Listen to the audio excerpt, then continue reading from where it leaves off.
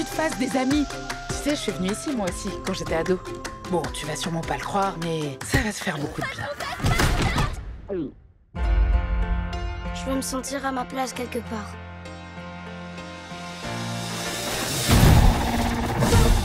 Ils sont venus m'enlever.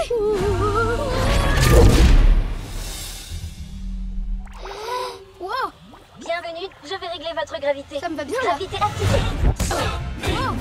Puis-je vous prélever un échantillon d'ADN? Oui, tu veux... Aïe. Oh. Wow.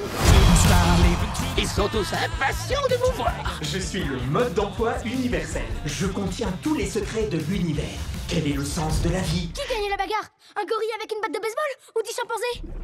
Bonjour, je suis Jamy Gourmaud et j'ai prêté ma voix au personnage Gunther Melmac. Bonjour, je m'appelle Zita Enro et je suis la voix française du personnage d'Olga Solis, la tante d'Elio. Bonjour, je suis Alban Lenoir et je joue la voix française de l'ambassadeur Tegmen.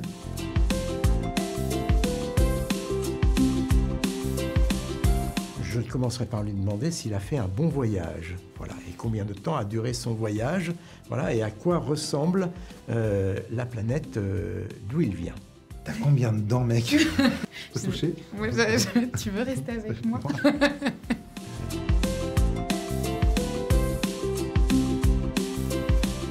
Je suis très ennuyé parce qu'un seul objet pour résumer ce qu'est notre planète, c'est peu, peut-être une bouteille d'eau. L'eau est l'élément principal à la surface de notre planète et qu'il n'y a pas de vie sans eau. Une brosse à dents. Un dentifrice.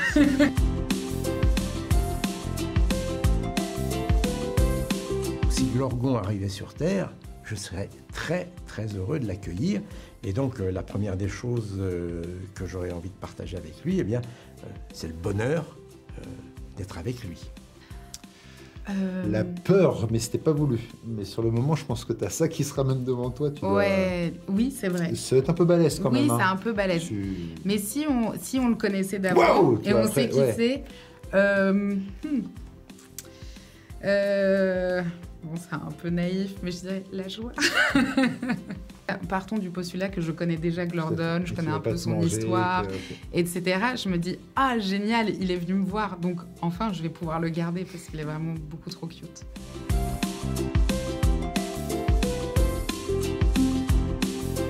J'aimerais lui faire rencontrer des personnes comme James Cameron, qui a inventé des personnages venus d'autres mondes.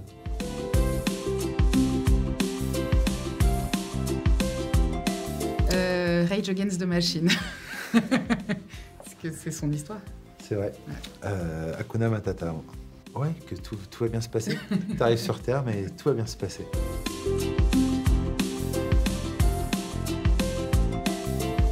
Le poisson, parce que j'adore le poisson.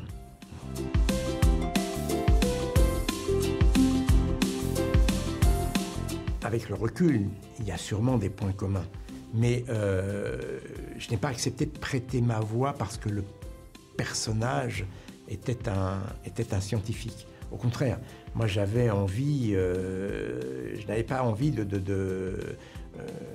me cloner à travers ce personnage. J'avais envie de m'oublier totalement et d'incarner un autre personnage et d'être au plus juste de ce qu'avait imaginé le créateur du personnage de Gunther Melmac. Ouais, j'ai vu un point commun. Ce qui m'a touchée, c'est de voir justement ce parcours qu'elle a dans la parentalité et comment, justement, de quelque chose qui lui tombe dessus comme ça et qu'elle est démunie face à cet enfant, comment elle va au fur et à mesure, ou comment ils vont, Elio et elle, s'apprivoiser. Également le côté tante, parce que moi j'ai des nièces et des neveux et j'avais des tantes que j'adore. Et que je trouve que c'est une place privilégiée aussi auprès d'un enfant, parce que on n'est pas père ou mère, mais on est un adulte responsable, mais à côté. Donc du coup, voilà, on peut avoir une autre sorte de relation.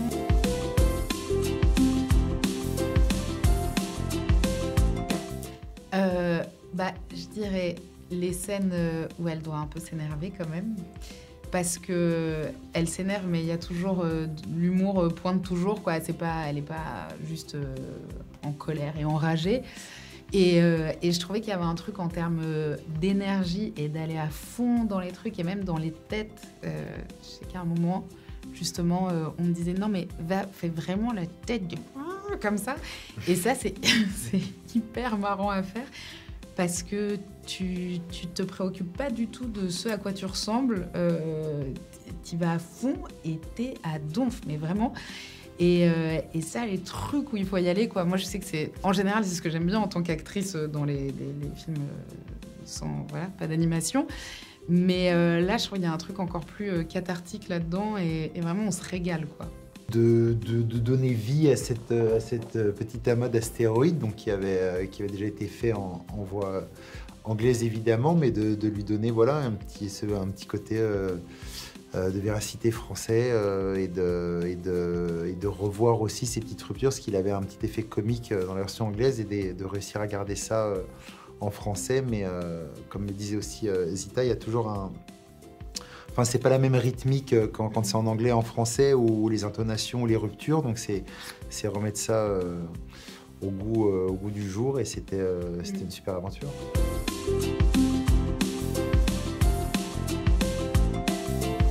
C'est séduisant, évidemment, mais pour qu'un communivers existe, ça voudrait dire qu'on ait la preuve que d'autres formes de vie existent ailleurs et que les formes de vie soient comparables à la nôtre. Et ça, pour le moment, eh bien, c'est une question qui demeure sans réponse.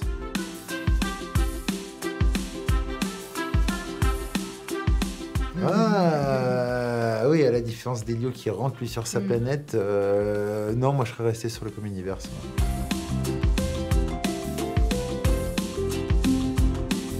Allez voir Elio parce que Elio n'a pas peur de l'inconnu. Bah, je dirais que c'est un film déjà qui est intergénérationnel et qui est un film qui est vraiment qui est très joyeux et en fait on sort du film, on se sent bien, on a vraiment la sensation d'avoir participé à un voyage et retrouver d'identité, et retrouver aussi tous les codes aussi du Pixar. Donc c'est et un on film, rit et on pleure et on passe par toutes les émotions. Ouais.